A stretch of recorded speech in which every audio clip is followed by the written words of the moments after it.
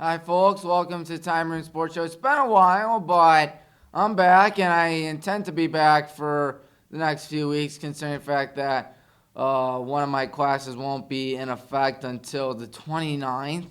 So I got a few weeks to prepare to be here, so be happy, folks.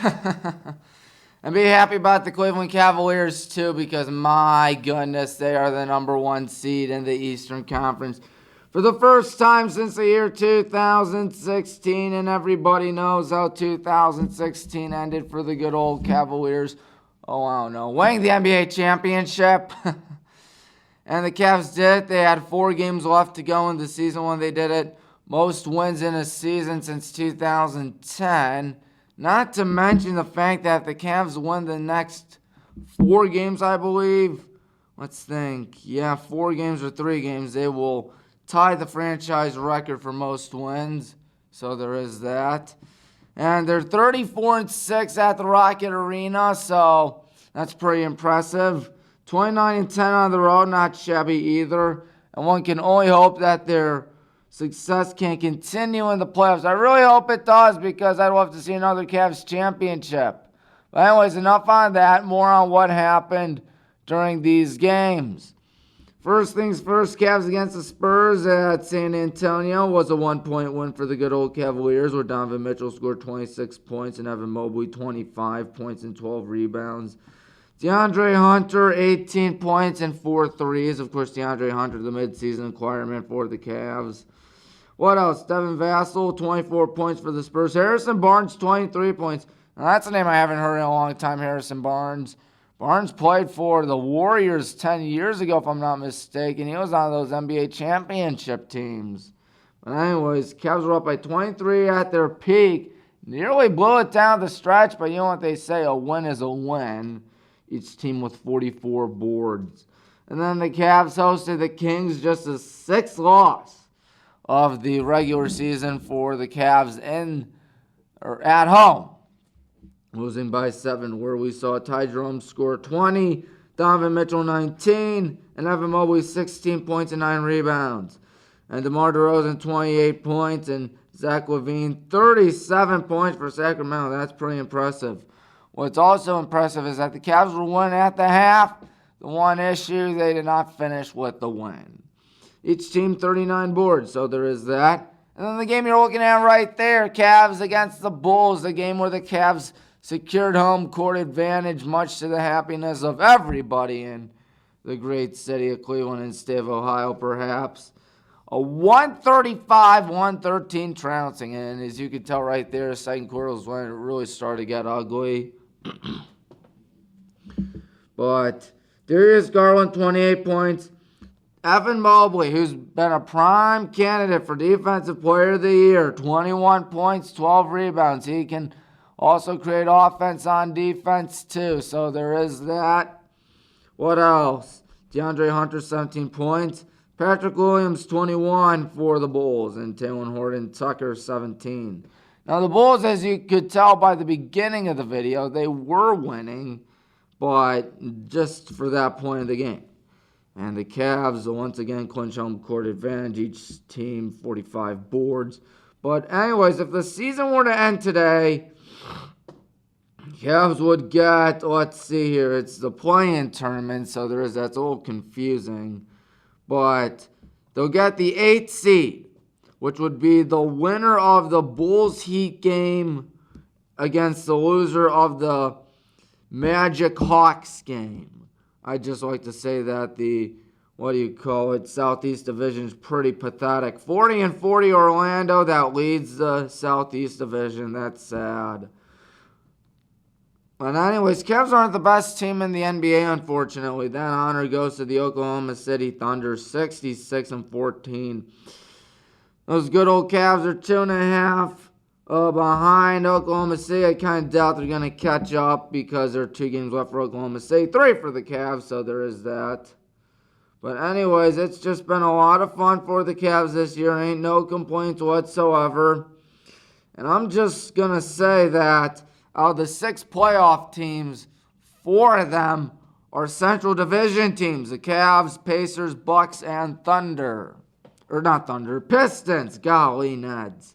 And, of course, the Pistons had a really bad season last year, and they're back. They're in the playoffs. J.B. Bickerstaff doing a dandy of a job. But you know who's also doing a dandy of a job? Kenny Atkinson, the Cleveland Cavaliers. So now that that's done, we got to talk about the Cleveland Guardians because, well, I don't know. Their season just began. I know how exciting, folks.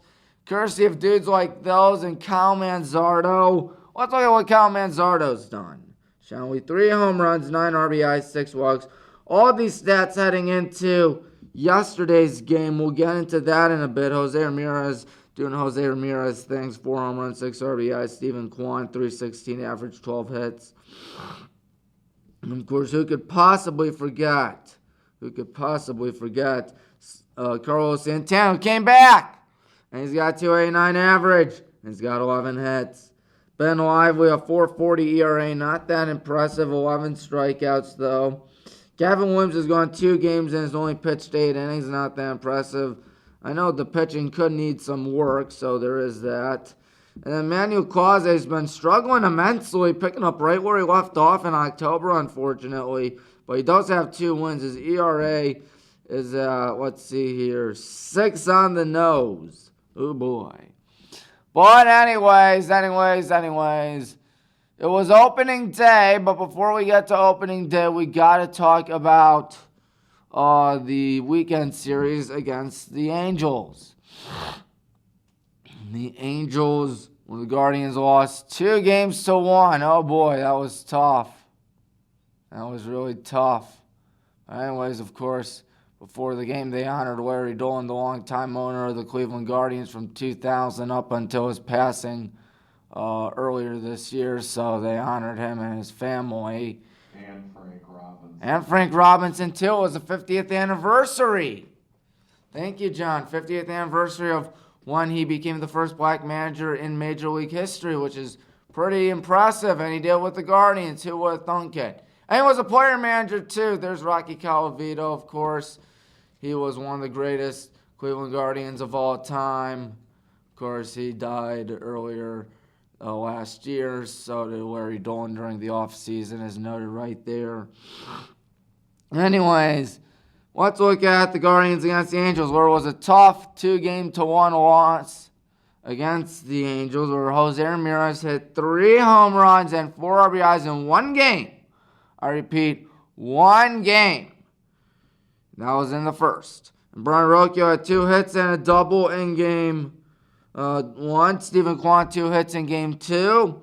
Carlos Santana, Bo Naylor had home runs each in game 2. And Kyle Manzardo, he had a home run in game 3. And Tyler Anderson had 5 innings, 1 hit. I know that drives me nuts, folks, the fact that pitchers don't go that deep into games, but you know what they say, it is what it is, I guess. And that run down to get the runner out, I believe that's Luis Robert Jr. But anyways, Guardians against the White Sox. Take a guess how it's going so far. Pretty darn good. The White Sox are down 2-0, as you might expect. They're sitting at a 2-9 record, which is pretty bad. Pretty pathetic. But anyways, in the first game, the Guardians, right there, home opener, it was a classic. It was an old-fashioned pitcher's duel, if I ever say so myself. Looking at it, it was a 1-0 win. Guardians only gave up 2 hits, both by Ben Lively. He went 5 innings and had 4 strikeouts and 3 walks. And Kate Smith took over, then Paul Sewell. Then, of course, after that was Hunter Gaddis. And then after that, Emmanuel Clase, who got 2 strikeouts. That's impressive. A very rare good game for him this season. And, of course, pitching for the White Sox, that was Shane Smith. 6 innings, 2 hits, 6 strikeouts. And then after that, following him was 1.2 shutout innings of Tyler Gilbert, 3 strikeouts. And then Mike Clevenger, who just self-destructed in the 9th inning, giving up 3 walks. And the Cleveland Guardians wound up walking it off on a walk-off walk. Say that 10 times fast.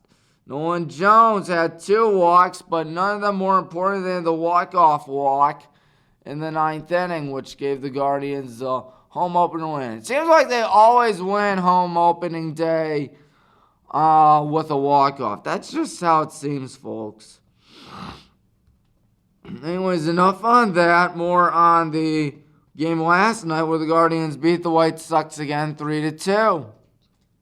We saw John Kenzie Noel have an RBI, and Carlos Santana, who could possibly forget Carlos Santana, he hit a home run. Santana's not doing shabby. 2 home runs, 4 RBIs for the Guardians. He's 39, just turned 39 the other day, and when I say the other day, I mean he was born on the 8th, so it was a day after his birthday, he hit a home run. Pretty good birthday for him. Logan Allen, let's see what Logan Allen did. He went 4.2 innings, 4 strikeouts. And Emmanuel Clase nearly blew the game, but one guy blew out his ACL trying to score the game-tying run. Oh boy, that was tough. That was super tough. It's something you do not want to see at all. It was Mike Talkman that was out at home as Miguel Vargas singled in the left. With the bases loaded, 2 outs, 1 run scored, and Talkman blew out something down in his leg, and that caused the Guardians to easily win the game. So the White Sox sitting at 2-9 record. Let's look at the way too early American League Central, shall we? Yes. Guardians are 5-6 on the season, which is 1.5 out of the, what do you call it? 1.5 out of the division. Well, the Detroit Tigers are 7-5. Toronto's leading the AL East. Texas leading the AL West. Philadelphia really doing a good job.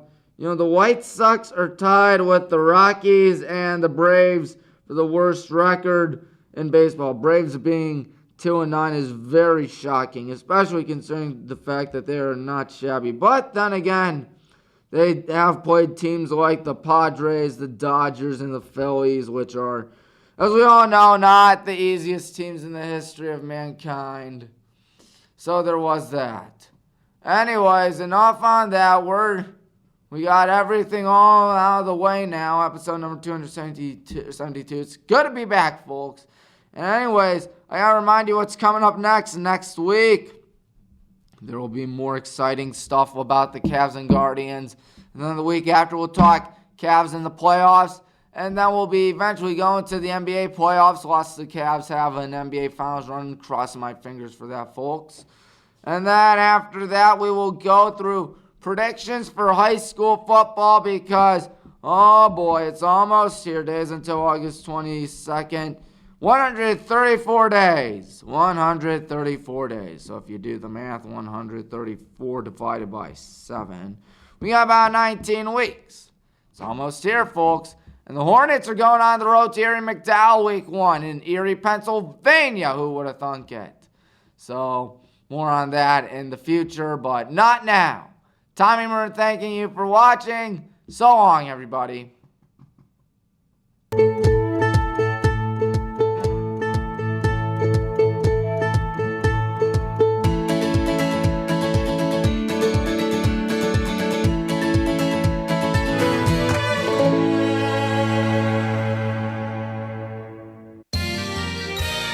You are watching WCTV, Wadsworth Community Television.